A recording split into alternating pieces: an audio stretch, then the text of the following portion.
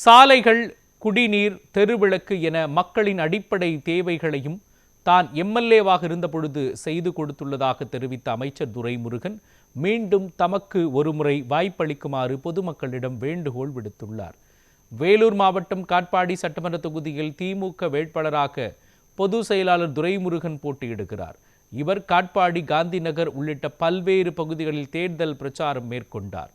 அப்பகுதி மக்கள் இவருக்கு உற்சாக வரவேற்பு அளித்தனர். அப்பொழுது பேசிய அவர், மக்களுக்கு எது தேவையோ அதை செய்து கொடுத்துள்ளதாகவும், மக்களின் அடிப்படை தேவைகளை முழுமையாக பூர்த்தி செய்துள்ளதால் தனக்கு மீண்டும் ஒருமுறை மக்கள் வாய்ப்பளிக்க வேண்டும் என்று துரைமுருகன் கேட்டுக்கொண்டார்.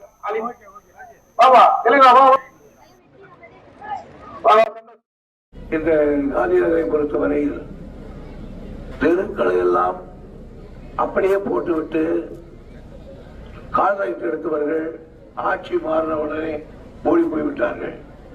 பிறகு என்ன செய்வது? நாங்கள் எவ்வளவு கஷ்டப்பட்டு 44 கோடி ரூபாய் பெற, 45 கோடி ரூபாய் பெற தலைவரிடத்திலே பணம் வாங்கி மறுபடியும் இந்த ரோடுகளை போட வேண்டிய நிர்பந்தம் எனக்கு ஏற்பட்டது. ஆக ஒரு காலத்தில் இது டவுன்ஷிப் எல்லாம் இருந்தது. அப்பொழுதெல்லாம் உப்பு தண்ணி யாரும் இருக்க மாட்டார்கள், எல்லாம் வேறொருக்கு போய் விடுவார்கள். அதுக்கு பிறகு நான் வந்துதான் உப்பு தண்ணிக்கு பதில் பாலாட்டு தண்ணி கொடுத்தேன். அந்த பாலாட்டு தண்ணீரை முற்றி வச்சுதான் இப்ப காவேரியிலிருந்து தண்ணியை கொண்டாந்து கொடுக்குறேன். இதை விட என்ன செய்ய முடியும் ஒரு எம்எல்ஏ? இதை விட ஒரு எம்எல்ஏ செய்தால் சொல்லுங்க, நான் காலில் கூட விடுதலை. மக்களுக்கு எது தேவையோ அது வேணும். ரோடுக்கு போட்டு கொடுத்துரும், தண்ணிக்கு வசதி பண்ணி கொடுத்துருக்கோம், லைட் எல்லாம் ஏறிது.